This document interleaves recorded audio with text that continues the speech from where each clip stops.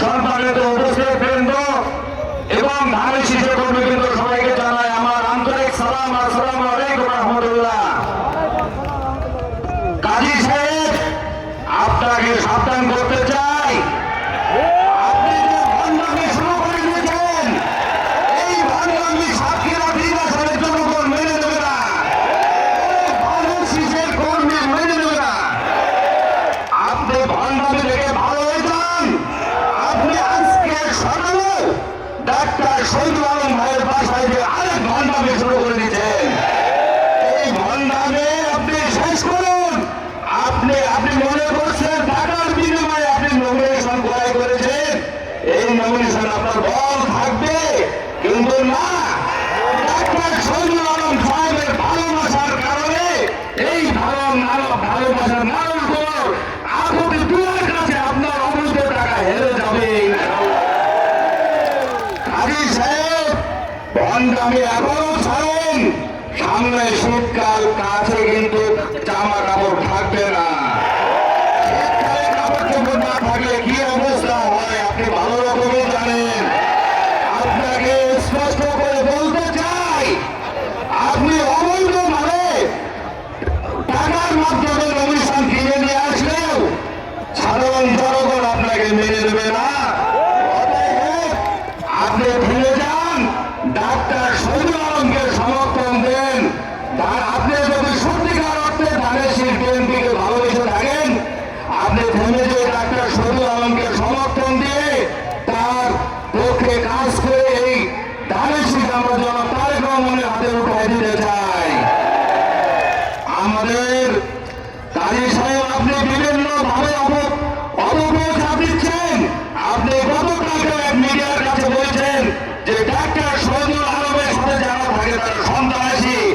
এখানে যত জনগণ আছে কেউ কি সন্ত্রাসী? আমরা সবাই ডাক্তার শহীদুল আলমের সাথে আছি। সকল মা বোনেরা, হিন্দু ভাই বোনেরা সবাই ডাক্তার শহীদুল আলম ভাইয়ের সাথে আছি ইনশাআল্লাহ। আগামীতে থাকবো, ডাক্তার শহীদুল আলম ভাই নির্বাচন করবে ইনশাআল্লাহ। আপনারা সাথে থাকলে আগামীতে ডাক্তার শহীদুল আলম ভাই নির্বাচন করবে এবং আমাদের যে ডাক্তার শহীদুল আলম ভাইয়ের ভালোবাসা, এই ভালোবাসার প্রতিদান স্বরূপ আমরা একটি ভোটের বিনিময়ে তাকে আমরা সংসদ সদস্য করবো ইনশাআল্লাহ। ডাক্তার শহীদুল আলম ভাইয়ের চাওয়া পাওয়া কিছুই নাই।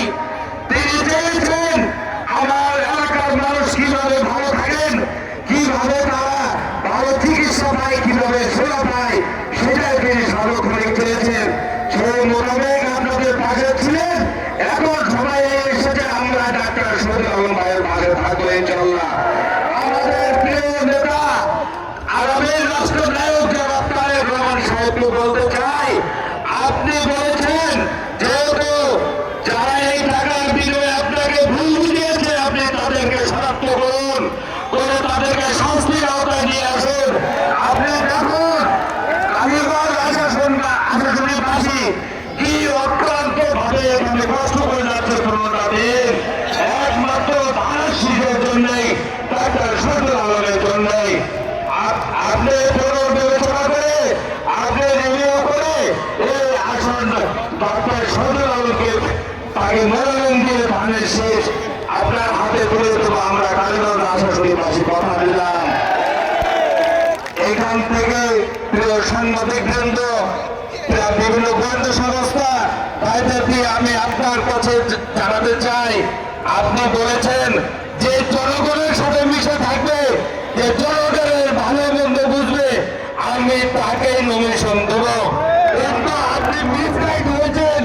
আপনার কিছু নেতা কর্মী যাদেরকে দায়িত্ব দিয়েছিলেন, তারা অর্থের বিনিময়ে আপনাকে মিসগাইড করেছে।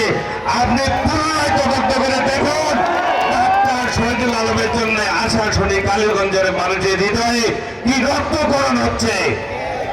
যাই হোক, সময় স্বল্পতা, আমাদের সভাপতি সাহেব আছেন নুরুজ্জামান ভাই, কিছু কথা বলবেন। আপনারা সকল সবাই ধানের শীষের পক্ষে ডাক্তার শহীদুল আলমের পক্ষে আছেন কিনা? ডাক্তার শহীদুল আলম ভাইকে নমিনেশন দিয়ে আমাদের কালীগঞ্জ আশাশুনি মানুষের আত্মাকে আপনি ঠান্ডা করে দেবেন। আমরা আপনাকে ধানের শীষ উপহার দেব ইনশাল্লাহ। এই বলে আমার সংক্ষিপ্ত বক্তব্য শেষ করলাম। ধন্যবাদ সবাইকে, আপনারা এত কষ্ট করে এসেছেন এর জন্য আপনাদের অসংখ্য ধন্যবাদ। এবং আজকে যে ভণ্ড কাজী